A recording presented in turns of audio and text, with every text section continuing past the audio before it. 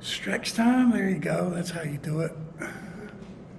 You need to stand, whatever you need to do to loosen up a little bit. Nice to see everyone here. My goodness, this is very nice group tonight.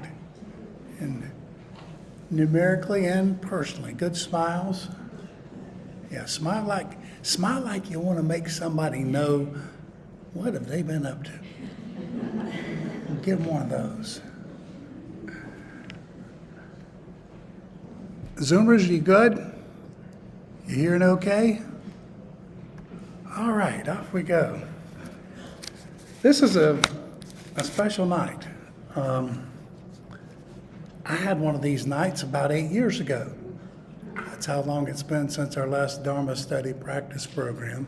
And Warden, the leaders, will be telling you a little more exactly what Dharma leader practice program is, for those of you who are wondering. But basically, it's an accomplishment that needs to be acknowledged. And we're going to acknowledge it tonight for 10 people who have completed the program in the past year.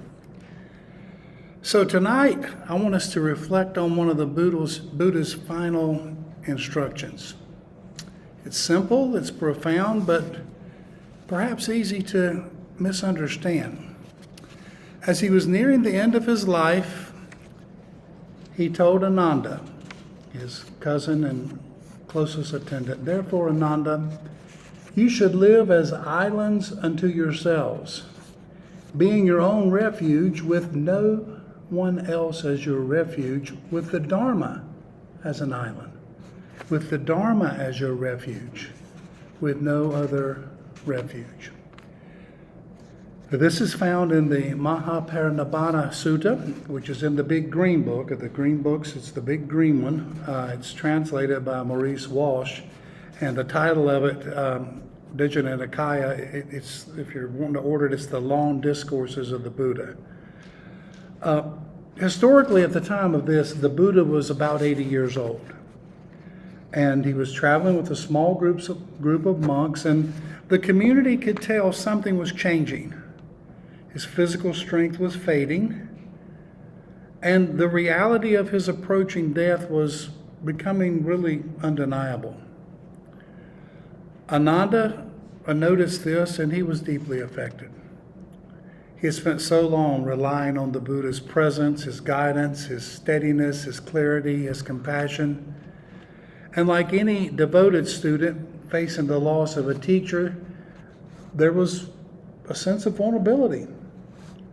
What are we going to do? What will happen when the teacher is gone? Who will guide us? And it's in response to this unspoken anxiety that the Buddha offered this teaching. He didn't appoint a successor. He did not create a hierarchy or central authority. Instead, he turned to Ananda, and he turns to all of us, and turns us back toward the only place where true understanding can arise, and that is direct experience. Not something external to cling to, but something to rely on within. I want to read you the specific passage. "Therefore, Ananda, you should live as islands unto yourselves, being your own refuge, with no one else as your refuge, with the Dharma as an island, with the Dharma as your refuge, and no other refuge." And then it continues. "And how does a monk live as an island unto himself, with no other refuge?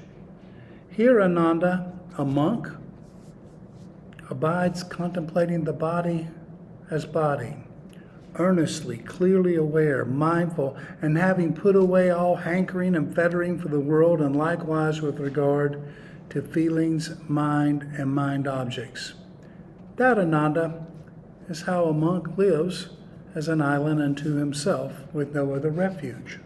And we can just sort of take monk away and then put in householder or lay follower or whatever you would call yourself and ourselves.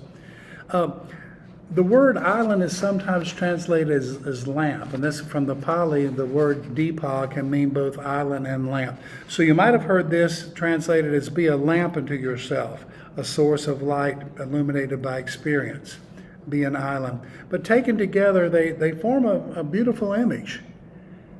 So I want to review a little bit about maybe some steps along the path. As we first begin Dharma practice, we don't feel like a lamp. We don't feel like an island. We may not even feel like a candle. We're just starting. Now, you've heard me refer to back in front of where Debbie's sitting. That was my little corner. That was my little hideout. When nobody knew my name, and if they did, I hope they forgot it. That's where I sat, and that's where I began to learn and began to listen. And I did feel like I was in the dark, like I had a lot to learn. Am I ever going to learn enough? Well, that was my first mistake. What is enough? So we sit down to meditate, and within seconds, the mind wanders. The body feels uncomfortable. Thoughts take over. We forget we're even meditating. So what are the lamp and the island here at this point of practice? At this stage, it's small, and much of it is borrowed. We're relying on teaching, instructions, reminders. Come back to the breath. Notice what's happening. This is thinking. I'm thinking. Oh my God, I'm thinking. One of the best guides for me in the early going, of course, was being here and learning from our Dharma leaders. Another book guide which was valuable for me was the book Mindfulness in Plain English by Bhante Gunaratnam. You'll see him referred to or hear him referred to as Bhante G. I read other books, listened to Dharma talks, meditated, tried to remind myself of what I learned, also talked to others. But I learned that regardless of how much we read or how much we sit, in the early going, the first movement takes place when we start to see moments of experience. We start to actually see them. And we see them in such a way that even when a distraction comes, we learn to pull ourselves back. We learn to have a pause where we come back to the breath. We come back to where we are. And we follow two of the most famous words in the English language, begin again. Begin again. And you become aware, but not hopefully completely swept away, because you begin to come back. And as practice continues, something begins to shift. At first, the Dharma is understood conceptually. I know there won't be a quiz tonight for you graduates, but everything is impermanent. Check. Clinging causes suffering. Got check. The Four Noble Truths and the Noble Eightfold Path are not kidding. They are guides. And there's other specific Dharma teachings. But over time, we don't just think these things, we start to see them directly. And it's in that direct seeing that we begin to raise awareness. We begin to see nature itself happening as the real thing. I did a little experiment before I got here. I was in the parking lot over there at Park Road at Harris Teeter. And I remember I was listening on the way up yesterday. I was listening to Saudade Tejaniya, who I'll quote in just a moment. And he was saying, when you see cars, do you actually see cars? Or do you see a car and then quickly go to a concept? Now, I have to admit, when I am screaming down I-95 trying to get home, if one of those Florida Bentleys comes by, I can get a little judgmental. $250,000, you need to slow down. To which I hear their response, no, you need me to slow down, I'm good. An old Ford. Our expression in our family was hoopty. Do y'all ever use this expression, hoopty? And a Volkswagen is not a Volkswagen, it's a punch buggy. And so, do you actually see the cars? Do you actually see the trees? Do you actually see the birds? Or do you go quickly to a concept? This is where we begin to move to start seeing directly. Where we don't quickly label, but instead we just see. We're just looking. Everybody look up.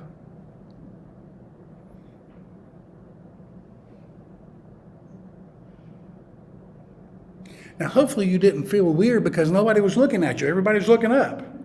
But what if you did that and everybody was this way and then all of a sudden you're like this? You know what would happen? Everybody start looking up. They want to see what you're seeing. But as we start to see things directly, awareness kicks in. Saudade Tejaniya, the book Relax and Be Aware, said, a meditator's job is to remember to be aware. How simple is that? One of the famous quotes from the Buddha, I am awake. What are you? I am awake. So with awareness, we notice when a pleasant feeling arises and passes. We notice when an unpleasant feeling arises and hopefully passes. Irritation appears and fades. A thought feels solid, it comes and goes. And we begin to notice reactions as they arise, not just afterwards. Ever thought, well, I wish I'd have thought of that? We're having a second thought. Well, looking back. Well, what about looking forward? Can we see in the beginning? And especially with the body, tightening with aversion. Okay, let's do the fist thing. Everybody up like this. Real tight. Real tight. And if you started thinking about somebody, that's okay. Real tight. Real tight. Now gently, let's let it go. Feel your breath. Just let it go. And that is leaning into experience, loosening up. And this is a deepening of the practice. And as we move through this, we know the teaching, but we see what's happening and can stay with it. Restlessness is here, but it's clearly seen. And this is also an opportunity to apply another of the, what I consider foundational teachings, Ehi Passiko, come and see. It represents the Buddha's invitation to personally investigate, test, and experience the truth of his teaching rather than accept them on blind faith. Emphasizes first-hand experience. And this is very different from what some of you and I perhaps were taught, that what you believe is important. It is what you believe. What you believe is important, but how you act, what you experience is even more so. Ehi Passiko is best described in the Kalama Sutta, where the Buddha was instructing listeners to not rely on tradition, but to test the teachings through their own experience. And with that shift, we get a little more light, we get a little more ground, we learn to see the waves without being carried out. And this is where the danger may come in if we start to think self-reliance. I don't need guidance anymore. What I feel must be true. And this is where you have to really emphasize the second part of the passage. With the Dharma as your lamp, with the Dharma as your island. The Dharma is so valuable. Tejaniya even describes the Dharma in another one of his books, that the Dharma is nature. And it's very important to observe nature, because sometimes we just kind of fight against it. Went through some old pictures. Somebody actually helped me go through some old pictures a while back. And this is like, when did your hair turn that color? Well, my mother's when she was 28. And yes, I do have an intimate relationship with Lady Claire Hall. I know what it smells like. Change. The body changes. The mind changes as well. And this change, this is part of life. Beautiful azaleas. They won't be here long. Dogwoods, they're so pretty. They won't be here long. Had a privilege of walking yesterday at a garden that doesn't change that much, because the master over there has got it all designed real nice. But things change, things come and go. My new car is 3 years old. I want a new car. No, I don't. I've got a good car.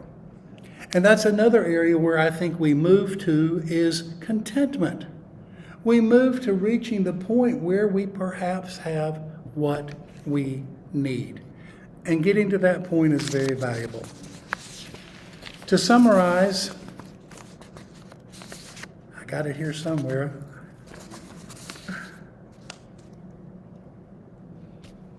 These instructions were not meant to be a burden. This is a good Dharma. This is good teaching. But my message to you all is to not just read the Dharma, not just study the Dharma, but practice it. Come and see. Experience it. And experience a relief from suffering by practicing what is true, by practicing what is nature.